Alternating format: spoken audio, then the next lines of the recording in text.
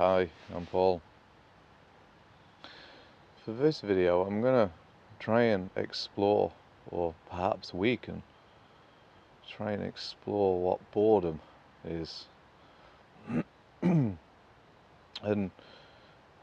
I'm gonna try and not really try to answer any questions or suggest what it is, but perhaps just have a waffle, try and create some scenarios maybe. See if we could just explore what its roots are, where it comes from, and how it works. So, I guess we need somewhere to start. So, let's just say I'm sat here. I'm not doing a video, and there's not a lot happening. And I've been here for a few hours. And perhaps I start to feel maybe fidgety, perhaps a bit anxious. Perhaps I feel this push to go and do something. And perhaps I start thinking I'll go and look on my phone, and then I say, no, I can't be bothered, and maybe I will watch TV. No, I can't be bothered. So, why is it I would suggest to do something and then reject it? Perhaps this would suggest a low mood, or definitely low motivation. I would say low motivation, perhaps. So we can say low motivation would most likely be a low dopamine. Perhaps that short-term excitement would be the same as dopamine. So I'm kind of suggesting there that I need something more stimulating than going on my phone.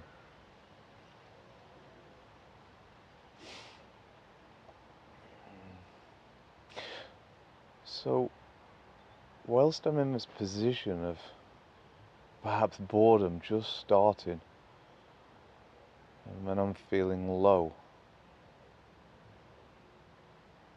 perhaps mood is going down, and I feel this push inside of me saying, do something.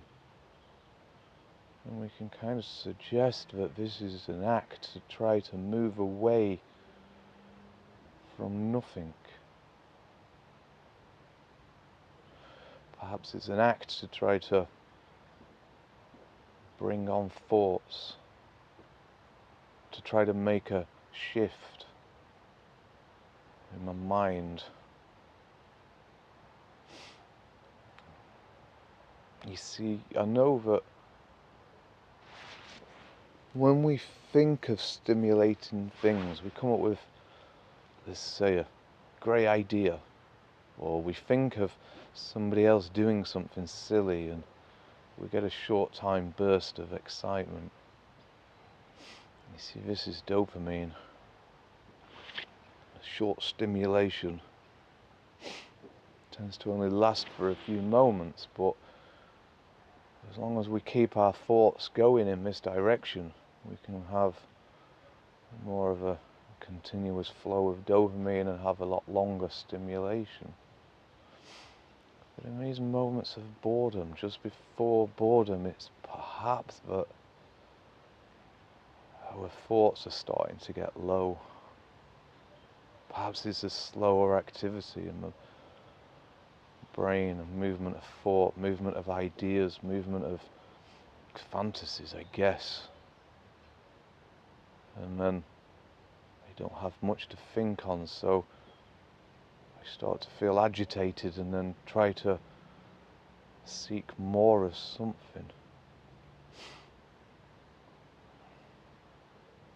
So if the boredom in the first place is a low mood, which then suggests that I need to do something to make an activity of perhaps thoughts, something to grab onto, something for the mind to grab onto so it can start thinking, then the idea of boredom itself, the act of boredom, has to be the movement of thought. So that movement of thought is something else to grab onto, something to cling to. So in a sense, boredom itself has to be the resistance to boredom. So in other words, you start to feel low, perhaps the lack of things to think of, and then the actual idea of boredom gives the mind something to cling on to. So perhaps the idea of boredom isn't actually the boredom, but the resistance, the movement away from boredom.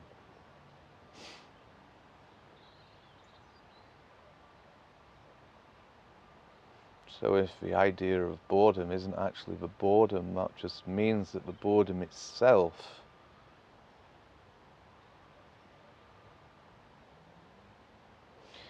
is a lack of something for the mind to grasp onto, a lack of something for the mind to drift. So if it is that, then that must mean that if some activity happens when I'm in boredom,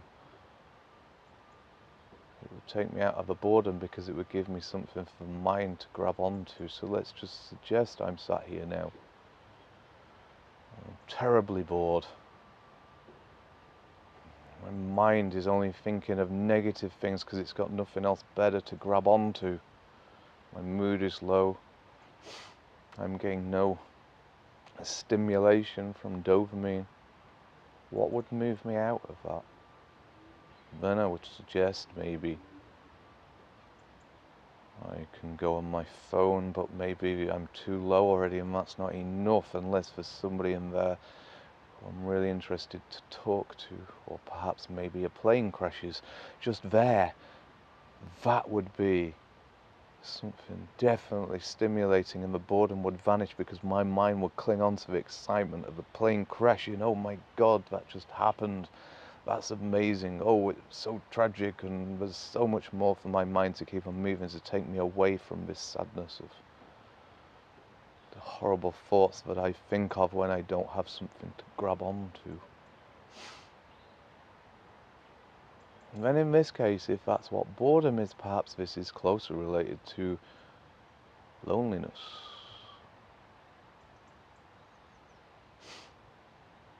I'm not saying it's the same, but perhaps it is close related to loneliness. You see, loneliness has nothing to do with being on your own. In fact, this is a connection also, because one thing I'm fully aware of with boredom is when the need for more, the need for brain movement, the need for stimulation falls away, which is kind of to say the ego falls away, and boredom doesn't exist. In fact, you long for boredom or long for nothing. You don't want your brain to move, and in a sense this is like saying with loneliness that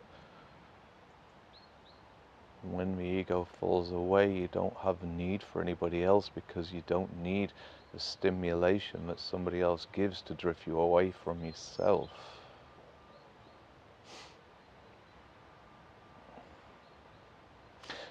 So what we would kind of say is both boredom and loneliness has to be the need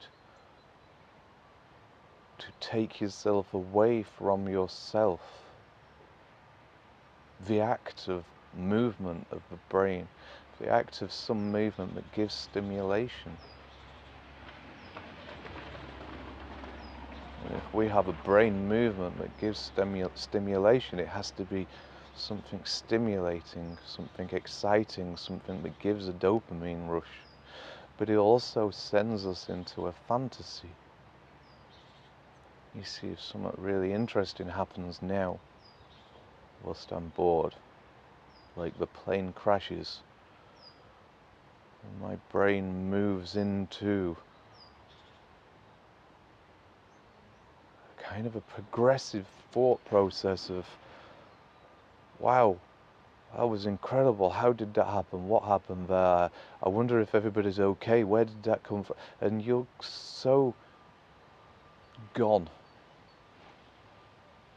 in this thought process. You're kind of entirely in a moment that isn't now.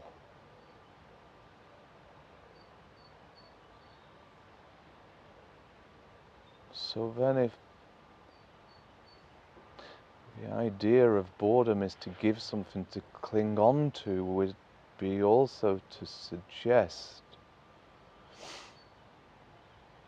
that boredom is to just take you away from the present moment.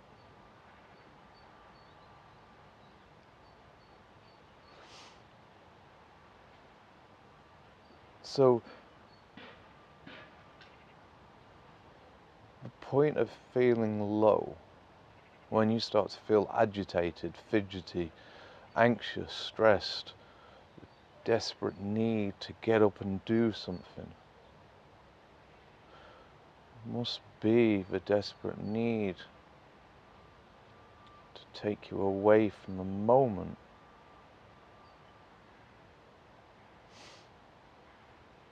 But is this desperate need to take you away from the moment the desperate need to avoid silence? I don't think it is. So what's going on in this moment where you start to feel agitated?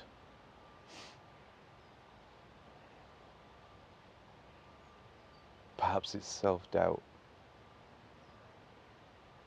And self-doubt would be the feeling that you're not enough. But then you can't be not enough unless you're using a comparison of what you should be. You see, you could only feel that you're not enough when you're comparing yourself against somebody else, and once again this is a little bit like loneliness. You see, loneliness has nothing to do with being on your own. And so perhaps loneliness is more the thought that I shouldn't be on my own, or I don't think that's not right, but that's still drifting away anyway. So back to boredom. So perhaps when you're feeling bored, you're comparing, you're perhaps saying that there should be something more and this is not good enough. Perhaps it's just an addiction. Perhaps it is just an addiction. Perhaps it's an addiction to dopamine, the stimulation of dopamine, which takes your mind into thoughts, which keeps you thinking and takes you away from the present moment. I think that might be the case. So then perhaps we're suggesting that we're in this constant state of short-term stimulation, which would be also to suggest that we're addicted to short-term stimulation. So if this is the case, that when we get bored, it's because of our addiction to stimulation. Perhaps we compare it to what happens when we're addicted to drugs or alcohol. So we suggest that when we're starting to get bored, we get agitated, frustrated, and there's this strong desire, this push to go and do something. Well, we could also say that when we're addicted to a drug or alcohol and we've not got any, and firstly the thought arrives in your head, which then triggers off this need for the stimulation, and then you get agitated, you get stressed and fidgety. Remember, we're talking about an addiction to a drug here. And you get this kind of push, and then you hit a point where you would say, I will do anything right now just to get that stimulation of the drug. It would seem that's very similar to when it gets to the boredom, and we kind of wish anything to get that short-term stimulation of the dopamine hit that our own brain provides, even knowing that that dopamine hit that our brain provides is only a short-term stimulation, but also that short-term stimulation is this drive to take you away from your true self. And your true self is peace. So then it would kind of suggest that the idea of boredom is this idea that seems to be deliberately driving you away from peace.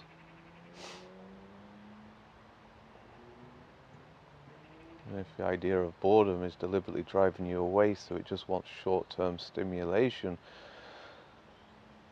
then this is probably where seeking comes from. Which means we're constantly seeking for this happiness, seeking for this success, or seeking for more, and then perhaps one day this more will bring peace, happiness. But you see, this longing for more just seems to be a vicious circle of just trying to get more and more dopamine hits, more positive sensations, which then never ends, because the only end to it is then hitting this brick wall where you're not getting stimulation and then having boredom, which means then you've got to try and strive for some other sort of stimulation to make the cycle keep going again. Anyway, that was just a waffle. Kind of makes sense to me, but I don't want to come up with any answers, so I hope you enjoy the different way that I'm kind of doing my videos at the moment. I sometimes think that I would like to try and carry on doing it in this way. But anyway, we'll just see how it goes. Thanks very much for listening.